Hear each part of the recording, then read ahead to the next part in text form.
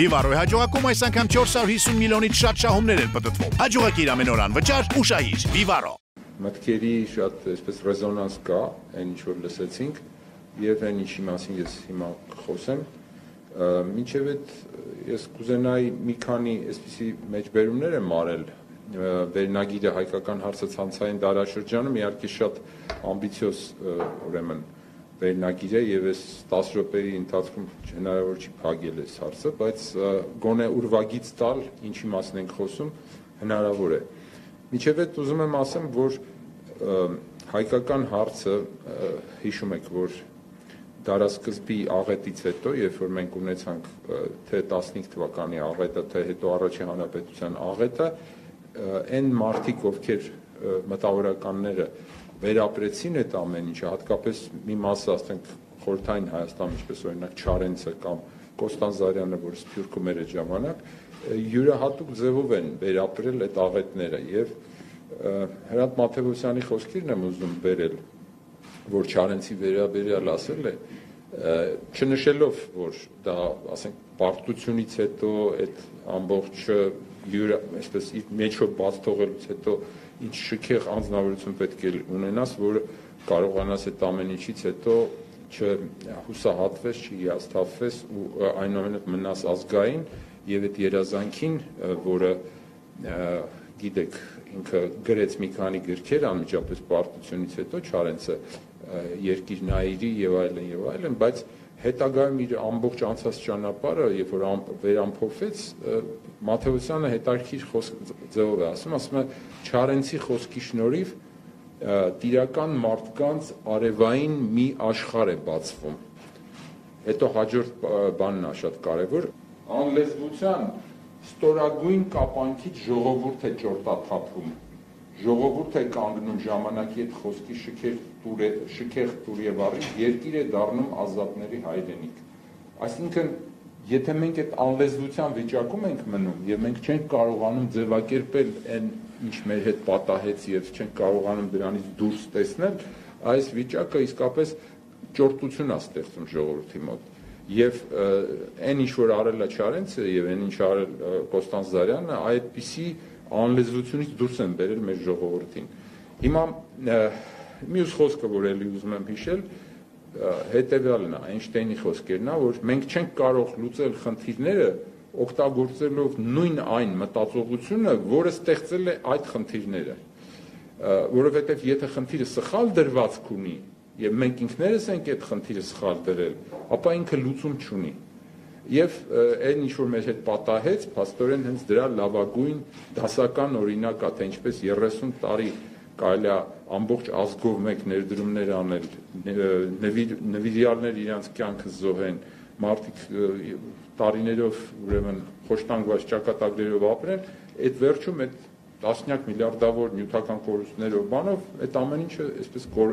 կորի, որովհետև խնդիրը հենց ի սկզբանե սխալ դրված է եղել։ Իհարկե հիմա այս հեռավորությունից հեշտ է խոսել, որովհետև այն ժամանակ մենք բոլորս այդ մեղքի տակ եղել ենք, բոլորս ինչ որ չափով կարծում էինք, որ այդ ճանապարհով գնալուց շատ քչերը կային այն ժամանակ, որ գիտակցում էին, որ շատ սխալ ճանապարհով ենք գնում ռազմավարական իմաստով, բայց ժողովրդի մեծ մասը չէր գիտակցում, մենք հիմա բոլորս այդ գինը վճարում ենք այն ռազմավարական սխալի, որը արել ենք։ Հաջորդ բանը կարելի է։ Ես այստեղ Հրաչը խոսեց քաղաքական պատկերացումների, պետությունների պատկերացումների, միջազգային հարաբերությունների համակարգի այսպես ամբողջական փոփոխությունների մասին, որ մենք հիմա վերապրում ենք։ Եվ այն ձևով, ինչպես մենք քաղաքականությունը եւ միջազգային հարաբերությունները գիտենք, այդ հարաբերությունները այլևս ուրիշ ձևի են դառնում։ Եվ մենք հին ձևով ենք սկսում նորին նայել։ Օրինակը այստեղ շատ հարմար է, որպեսզի հասկանալի լինի, որ երբ որ առաջի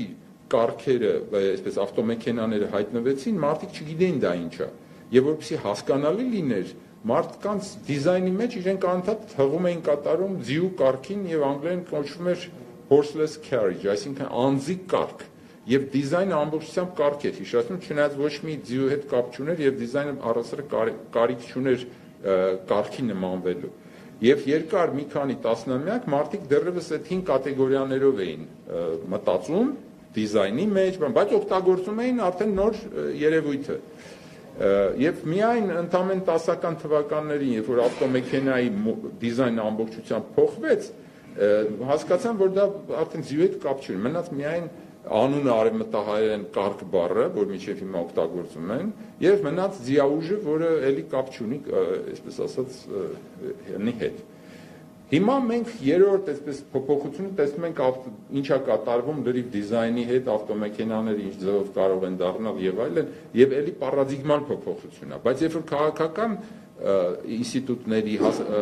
եւ իրողությունների մասին ենք խոսում, սկզբում թվում է, որ շատ դժվար է նկարագրել, իսկ ինչն է, որ այդքան տարբեր է, որ մենք ինչ որ խոսում ենք էական փոփոխության մասին։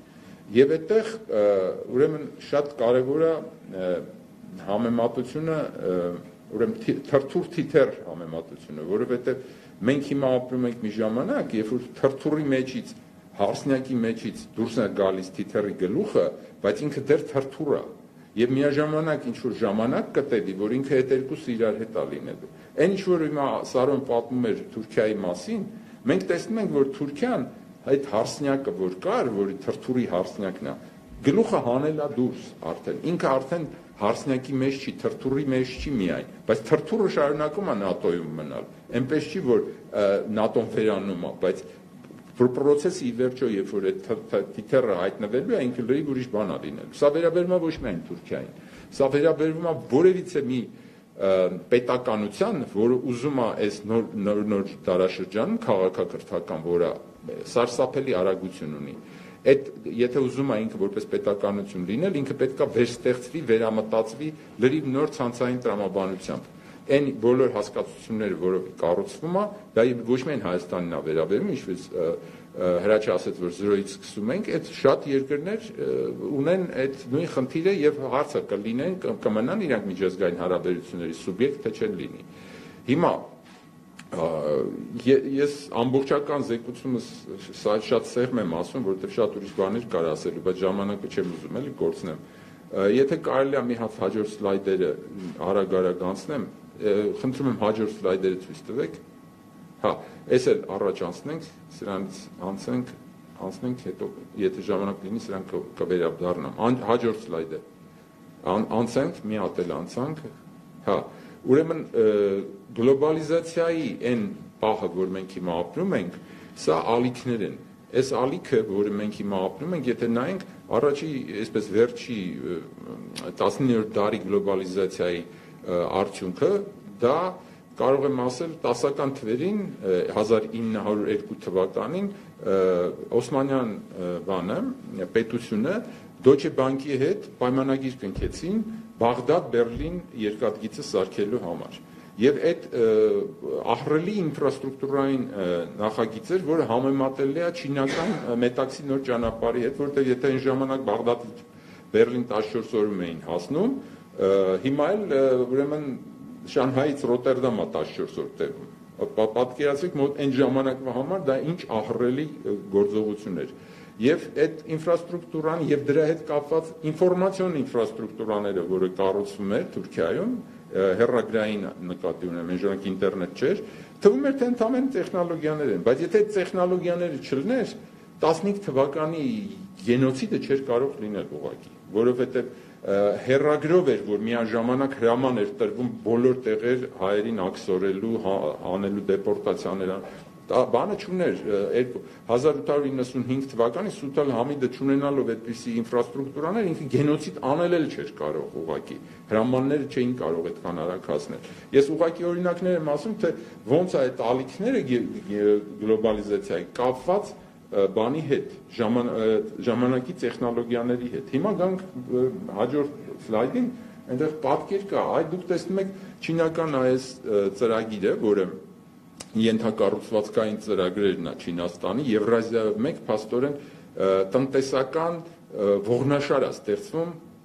ըստ չինական պատկերացումների, սա է լինելու Եվրասիայի տնտեսական ողնաշարերը։ Եվ այդ ողնաշարերի մի քանի ճյուղերից մեկը անցնում է մեր տարածաշրջանում, ու հենց կարելի ասել մեղրին, որի համար էս պատերազմը նաև մղվում էր, այդ բանն է, այդ ողնաշարի վրա գտնվող շատ զգայուն կետ է եւ դրա համար է պատերազմը զարմանալի է, չէ՞, Արցախի համար պատերազմի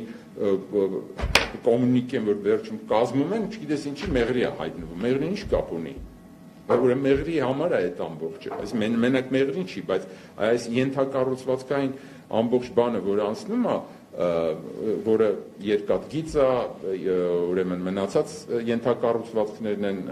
էներգետիկ, ինֆորմացիոն եւ այլն։ Այս ամեն ինչը ձեզ թող հիշեցնի 15 թվականի Բերլին-Բաղդադը, հաջորդ սլայդը նայենք, մենք այս եթե տեսնում ենք այս արագընթաց գնացները, եկեք մի 100 տարի հետ նայենք, տեսնենք ինչ պատկեր էր։ Այն ժամանակ ուրիշ պատկեր կար։ Հաջորդ սլայդը։ Այսպիսի սլայդեր էին, այսպիսի երկաթ գծեր էին, բայց սա վերջի խոսքներ ամեն ինչ փոխեց։ Սա ի վերջո առաջի համաշխարհային պատերազմի պատճառներից մեկն է եղել Բերլին-Բաղդադ երկաթգիծը, հակասությունները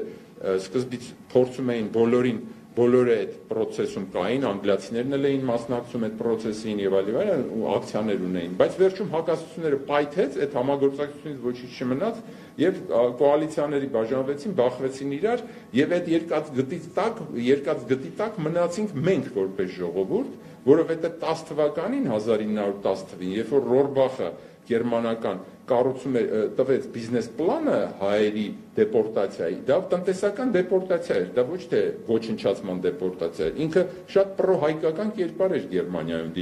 միջև վերջել համարվում, որ ինքը հակաթուրք է եւ հայերին ուզում է օգնի, որպեսզի իրանք տնտեսական բարեկեցություն ունենան Թուրքիայում եւ վերջում դառնան Գերմանիայի ագենտը, այսպես ասած, նոր տարածաշրջանում։ Արդյունքում այդ տնտեսական ծրագիրը վերածվեց բանի, մի քանի տարում տրանսֆորմացիա ապրեց, հայերը, որոնք Օսմանյան կայսրություն ֆանտաստիկ դիրքեր ունեին, ընկան այդ նոր կառույցների տակ եւ երիտթուրքերի մասին, երբ որ խոսք գնաց, չէ, երիտասարդ թուրքերի հետ կապեր պահելու։ Ես հիշեցի, որ 8 թվականից առաջ էլ 1908 թվականից առաջ հայերը երիտասարդ թուրքերի հետ շատ կապված էին, բայց խաբվեցին երիտասարդ թուրքերի այսպես ասած կոչերին եւ լոզունգներին եւ երբ որ վիճակը վատացավ երիտթուրքերը շուռ եկան Թուրանի ծրագրին իրանք Թուրանի ծրագիր չունեին սկզբանե թե երիտթուրքերը երբ որ կորցրեցին Բալկանյան պատերազմում են ինչ որ կորցրեցին հասկացան որ հենվելու բան չկա այլևս այդ լուսավորչական գաղափարների վրա հենվել չեն կարող այսպես Օսմանյան նոր սահմանադրությամբ չեն կարող կայսրություն պահել գնացին դեպի իսլամիզմ։ Պանիսլամիզմի ժամանակ արաբները ապստամբություն բարձրացրեցին, հասկացան, որ մնաց թուրքական գործոնը ու հենվեցին թուրքական գործոնի վրա եւ վերջում էլ տապալվեցին այդ ծրագրով։ Ինչպես որ ես կարծում եմ տապալվելու է Էրդողանը իր նեոօսմանիզմ ծրագրով, իրանց նեոթուրանիզմ ծրագրերով, որովհետեւ այդ խավարամիտ մոտեցումները, որոնք թվում է թե իրենք այո շատ տեխնոլոգիական յուրացումներ կատարել են կլաստերներ են ստեղծել Թուրքիան իրանց մոտ տնտեսական շատ հետաքրքիր եւ այլն բայց իրանց էլիտան մնում է բանից դուրս մնում է այն քաղաքակրթական խորագույն փոփոխություններից դուրս որոնք տեղի են ունենում աշխարհում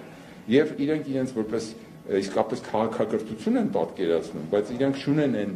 հիմքը քաղաքակրթական որ կարողանան ապահովել ինչ-որ քաղաքական միսիաներ Եվրազիայում։ Ես կարծում եմ, որ այն հանգամանքը, որ իրանք վերադարձան Հայա Սոֆիան, ուրեմն նորից մզկիթ դարձնելու, լավագույնս ցույց է տալի իրանց մտքի թռիչքի չափը։ Հիմա գանք, ես հաջորդ սլայդը հայկական փաստորեն Եղեռնին է ցույց տալիս, կարող ենք առաջ անցնել վերջացավ ժամանակը, ես շատ արագ, եթե բովանդակության սլայդը հետ բերեք, ես տեսնեմ ընդեղ ինչ մնաց, արագ ասեմ, ուրեմն հրաչը շատ արագ ասեց Վեստֆալյան, ետ սովետականի վերջի մասին, նույնը, այո, ես եմ ասում, և ետ Վեստֆալյան աշխարհի վերջն է սա, ավելի ճիշտ Վեստֆալյանի վերջն է, մենք ետ Վեստֆալյան աշխարհ ենք մտնում, երբ որ միջազգային հարաբերությունների սուբյեկտները այլևս իրանց սահմանների վրա չեն գործում, այլ գլոբալ ամբողջ աշխարհում են գործում, շնորհիվ այն տեխնոլոգիայի, որ դու սահմանից դուրս կարող ես հեռավորության վրա որևիցե քաղաքական ազդեցություն ունենալ, այսինքն մենք գործ ունենք ոչ թե կիբերտարածության հետ, այլ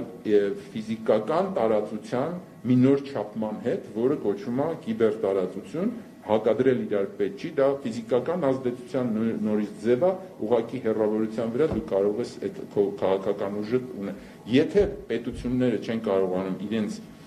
մեջից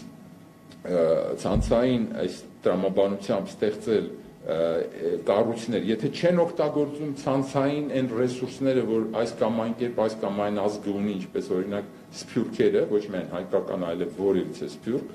այդ ազգերը ապագա չունեն։ Իրենք կամ կարողանում են միավորել այդ ամբողջը որպես ցանցային քաղաքական նոր միություն, որոշակի սկզբունքների վրա, պրոտոկոլների վրա, որը ցանցին ուժ է տալիս, ֆիզիկական որոշակի ներկայություն անվտանգության ապահովման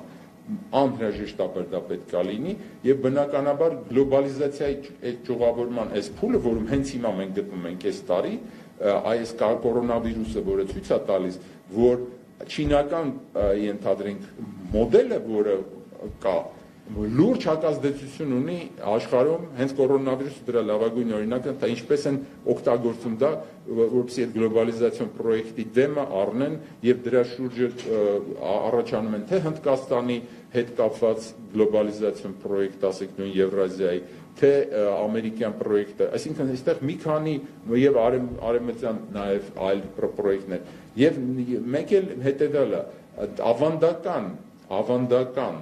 ուրեմն աշխարհաքաղաքականության պատկերացումները, որոնք մենք ունենք արևմուտք, արևելք եւ այլն,